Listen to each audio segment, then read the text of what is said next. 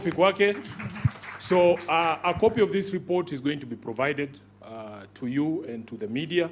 We will also make it available online. In a manner of closing and summary, we have outlined every single issue here, point by point, to point out the shortcomings of the implementation committee and the government of William Ruto. From the implementation of the NADCO report, we have talked to you about all the issues to do with the audit of the elections, the current IEBC and all the challenges there. The question of inclusivity in government as well is properly addressed there. We have spoken to you about the challenges that continue in devolution and the lies that we were told yesterday about the monies that have been devolved, the clawback of functions. We have spoken to you about all of those. Promoting the livelihoods of young people, we have spoken to you about the failures there as well. Then we have spoken to you about the lack of content in their own report on anything to do with leadership and integrity. And in that particular theme, Honorable Orengo, Baba was concerned about opulence and display of wealth in public, including the harambes we saw yesterday. Not yesterday, just last week. Governor, I was very shocked that people who we have known all our lives have never given more than 100,000 or 10,000 shillings in a harambe. Suddenly, he can afford to give 5 million shillings in church. Baba must be rolling in his grave. The fight against corruption, we have all witnessed that there's nothing that has been done on that front. On the right to peaceful assembly, the less we say about it, the better, because we ourselves have been victims. If you count the number of political rallies and gatherings that have been attacked and broken up violently since the signing of the MOU, they are actually, it's embarrassing that William Ruto has paid no attention to this particular issue. It has gotten so bad that he can throw tear gas to a church, forgetting that he rode to power on the back of the church. The number of young people who have been killed since we signed the MOU in the last 12 months are upwards of 30, including Albert Ojuang, who was killed at Central Police Station here, and the latest one in Kitengela. When we were there, that gentleman called Vincent Ayomo was shot 4 hours after our rally was over. They have been peddling the lie that he was killed during the rally. He was shot coming from work. That life is upon William Ruto. And the people who are saying that they are going to compensate as a pole, they should know that that was somebody's child, that was somebody's husband, that was somebody's father. Then on agenda number 7, on the national debt, the Kenyan government can still not tell us as of today how much money we owe, who we owe that money to, and what that money went for. That is what Baba wanted us to achieve here, an audit of our debt. That is not something you can tell us that will happen in perpetuity. We had a deadline of 7th of March.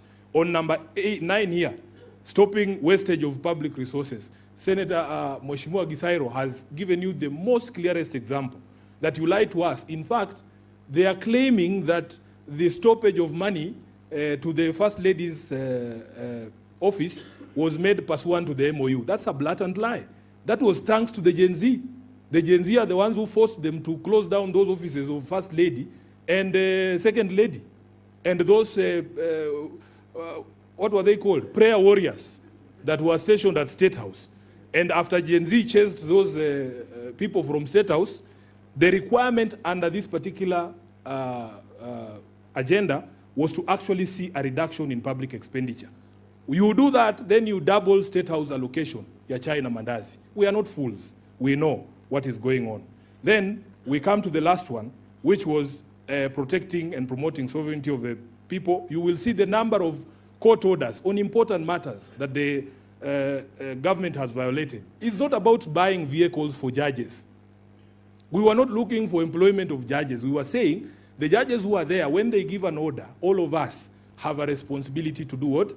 To obey. That rule of law requires that if a meeting has been convened properly, for instance, under Article 37, there is no reason for you to tear gas that.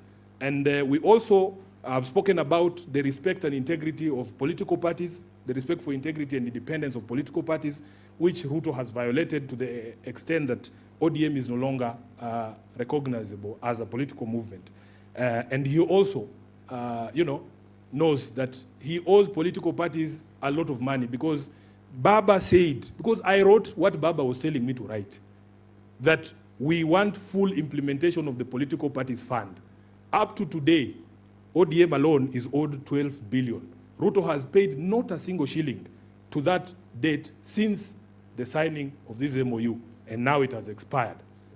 Yes, and that is in the face of, ODM has 5 court orders saying government must pay this money for the purposes of building our democracy. And that is why, in conclusion, we have given a score of 1 out of 10, which is a very generous score, because Babu and the others believed it was -2, -1, but we put all of those together and we have given them 1 out of 10, or 10%. That 80% that they were talking about cannot be demonstrated to you in the document that they presented yesterday. With those, yes, extremely below expectation, which is why somebody was saying there that there is absolutely no basis to ask for an extension of that MOU, or indeed, absolutely no basis to begin negotiating any other agreement if they could not follow this 10.1. What makes you believe that they will follow any other agreement? So with those many remarks, I want to invite the leaders. We will do the formal launch of the report. This report will be available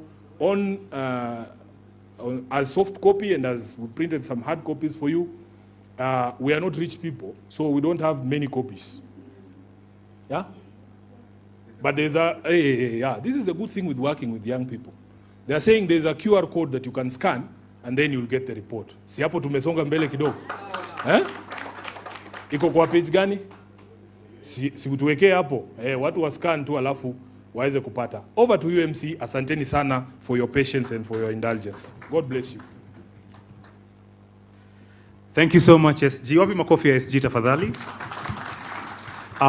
So here's the procedure of how we want to do it, because we want to do it in an orderly manner. We have a lot of